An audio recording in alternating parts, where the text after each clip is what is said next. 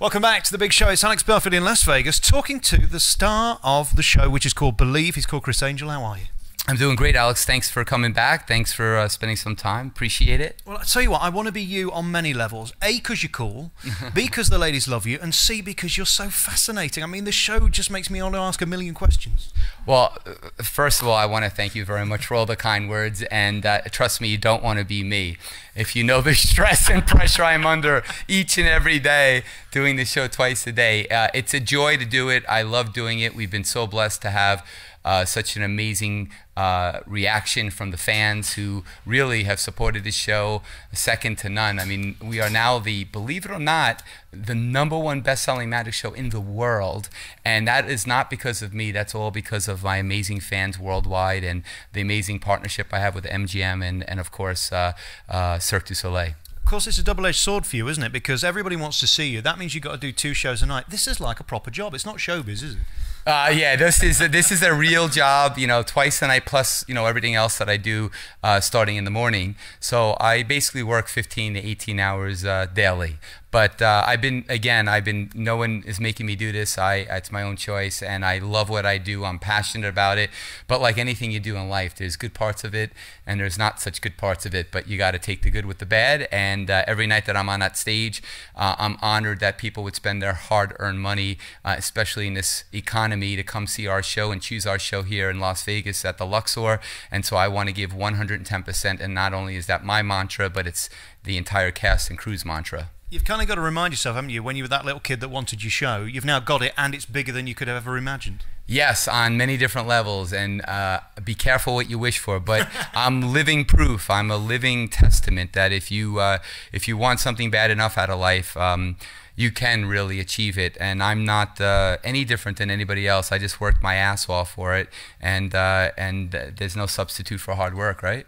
And of course you do so many different parts of magic. There's the mind reading stuff, and then there's the big illusions, and then there's the really intimate magic. You've kind of mastered it all.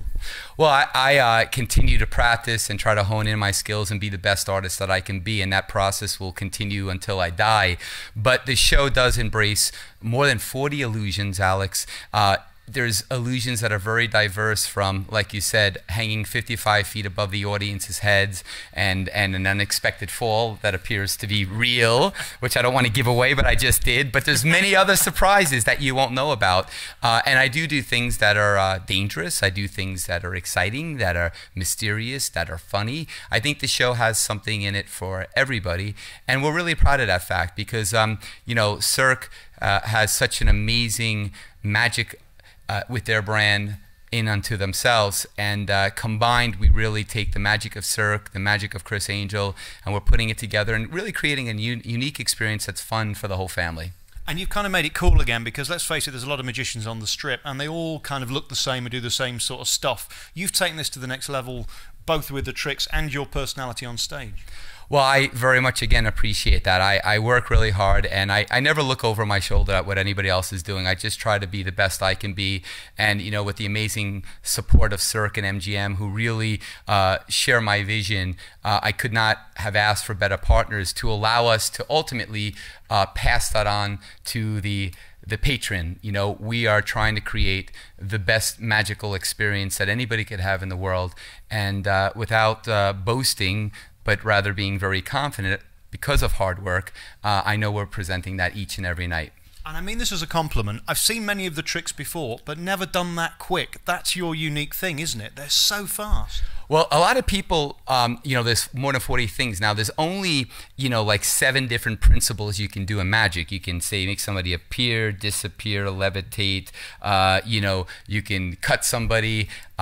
So what I've done is I've taken all the boxes away from the traditional magician that you would see in any other show and present a performance here with magic that doesn't have any boxes. I mean, really, our theater is our box. So you won't be able to see these illusions performed anywhere else in the world because they were specifically designed for this show, this environment, and for our audiences. So they're far more sophisticated in what you get, because we don't roll out a box to cut a girl in half. I mean, you're going to see for the very first time in the history of the art a cutting in half without any cloths, covers, or any boxes, right out there in the open, and with two people that are selected from the audience to come up and examine everything, among many other demonstrations that happened right there in the open. I literally walked down a wedding dress, you know.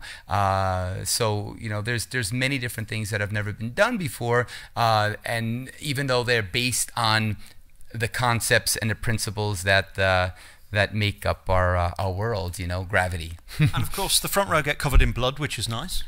Yes, if they want to experience that, they certainly can. And if you don't want to experience water or blood anywhere near you, you can certainly sit in this third or fourth row. But yeah, we do lots of things. You know, I really wanted to try to break the wall so that people didn't feel like they were watching a performance on the stage, but they really felt in the performance. And that's why I really do things over the audience and bring a lot of people from the audience. And it really moves. The pace of this show is like a freight train. It's very rapid. There's no milking little tiny tricks that you might see in other shows. This is boom, boom, boom. We appreciate you coming to see our show, and we want to take that 90 minutes and pack it with the most amazing, spectacular illusions that you can possibly experience today. And the show also evolves. I mean, I've seen it 5 times, and I've seen 5 different shows. It's nothing like it was originally, is it? Yeah, I've been very fortunate. You know, the original director of this show, Serge Dentoncourt, who's a dear friend of mine, you know, did a fantastic job initially with the show. But, you know, the show came out, and let's face it, you know, I'm not going to sit here and, you know, I call a spade a spade. I'm very honest. The show wasn't received well, and I really wanted to make the show what I always dreamt it could be. And Cirque and myself wanted to go down uncharted territories, and we explored that. But we realized that what I originally wanted to do was still unexplored territories, and Cirque gave me the opportunity to direct and rewrite the show completely from scratch. And this is much more in tune with what you see me do on television. Many of the illusions on television are performed here in different variations, but nonetheless they're here. And it's been really an amazing process, because this show is not even 90% or 80% or any percent of the old show. This is completely a brand new show from scratch, from the moment it begins to the moment it ends. And we added tons of illusions and the way it's presented, and we redid the entire lighting. It's completely a different show. Congratulations to you on that, because it reminded me of Cher the first time I saw that show. I thought, actually, I just want to hear you sing, never mind 27 costume changes. It was a bit like you in the beginning. You're such a great magician, yet we didn't see a lot of it. Now, of course, it's back-to-back magic. Yeah, it's tons of magic. The only thing that remains the same from the original show and this show is the name Believe. And that's because it was based on, you know, what transpired with Houdini and his passing and his basic dedication to proving psychics wrong. So when he passed away, he said, if anybody can come back, he told his wife Bess, it will be I. And he gave a code word, and that code word was Believe. And that's why I continue to use it, and we didn't change the name, but the show is a completely different show. And yeah, I'm just you know, I'm doing tons of magic. You have to be physically I have to be in the best shape of my life to do the show, because it's so demanding. And it's just the audience just gives me the fuel to do this, and to have the passion and excitement to do it each and every time, as if I was doing it for the first time. Because really, if you look at the audience, it is the first time and the only time I'm ever going to have that group of people sitting in front experiencing the show. So I got to give 110%. And I'm proud of this performance. And so you should be. Do you ever, when you drive down the Strip and see your face 50 foot high, as big as it could be, ask yourself, why you? I mean, of all the hundreds of magicians in the world who are out there doing great magic. Thousands of magicians. You know, I think there's no substitute for perseverance, stick-to-itiveness, and hard work. As I said, I'm no different than anybody else. I believe that if you want something bad enough out of life, I dedicated my life. My overnight success took about 18 years in the making, and I sacrificed everything everything to literally get here. And you know, I think I don't really spend a lot of time looking at myself driving down the boulevard. I actually try to avoid Las Vegas Boulevard because of the traffic, and I just do my best and try to give the best I can give in a performance, whether it's on television or in my live show. And ultimately, you know, I want to be the best artist I can be, and that's why I do it. I don't do it for all of those reasons. You know, sometimes it would be easier to not be recognized and not be known, and just kind of live like a life that would be considered to be more normal. But it's part and parcel to my job, and I embrace my job, and I embrace my fans worldwide. And if you haven't seen the show, please come by and see it. And you never know, maybe I'll meet you in the Luxor somewhere. You never know. I walk around this place all the time. Very finally, I followed you for years, and it seems to me the reason you're here and so many aren't is because of your personality, but also your mystique. There's something different about you, isn't there? And certainly in the TV show, you play on almost a creepiness. Well, you know, I look at different mediums, and I try to. I think the reason why I've been very fortunate to be relevant and successful on television, where other magicians have failed in the world that we live today, is because I look at that medium, and I think I know what engages an audience. And Houdini understood that, and I learned a lot from reading about Houdini. Houdini understood that it was the magic of emotion that connected him to his audience. When people saw Houdini hanging upside down in a straitjacket, it wasn't necessarily about Houdini's escape. Specifically, it was much bigger than that. It was about, if Houdini could escape this straitjacket, maybe I can escape poverty. And I think that message in my performances on television really kind of echoed among my fans worldwide. And I want to be a positive force in this world. There's too much negativity. There are people that spend their life tearing other people down because they're miserable.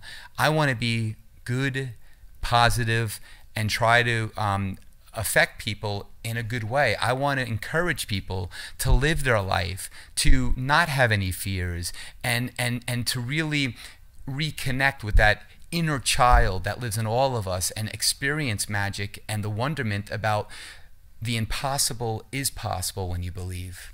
And isn't it great that you can suspend disbelief for just an hour and a half and believe that you are disappearing on stage? We know it's all fake, but we do genuinely, in the moment, stay there and believe it. That's the magic of what you do. I know there's a million puns in there, but that's the truth, isn't it? Well, I think so, and I think that's why, you know, people go to movies, people go see Broadway shows. People love the opportunity to escape and to forget about their trials and tribulations in any given day, and be able to go to a place where for 90 minutes they can live within a fantasy world. And each and every night we try to present that same opportunity for them, and hopefully they leave the show feeling a spiritual kind of uplifting. And that's my message at the end of the show when I say the word believe. It's to believe in yourself and go out there and don't allow yourself to listen to negativity, and really live your life to its fullest, because we've all been so fortunate to have this moment, and we don't know if we're going to have the next. So it's important to live each and every moment to its fullest.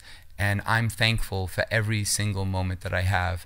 You know, the only way we can control tomorrow is based on the decisions we make today, and tomorrow could be anything we want it to be if tomorrow comes. You couldn't mend my arm, could you? Well, no, actually I can't. That would what a doozy I am falling over in Vegas. Eh? Yeah, but that's the funny thing. You were misdirected. You see, indirectly, and no one better than Jerry Seinfeld, right? Misdirected to the emergency room. Hey, listen, you haven't seen a magic show until you've seen Criss Angel. Just tremendous. And thank you for spending the time, because I've admired you for so many years, and you've been just banging away the drum of great magic and personality magic. And God, do we need your show these days. Thank you for talking to me. And I want to thank you very much for your time and consideration. And you have a wonderful program. And to all the people that are listening to this, I just want to say thanks for all your love and support. And may your dreams come true. I'll see you in Las Vegas at the Luxor. Believe.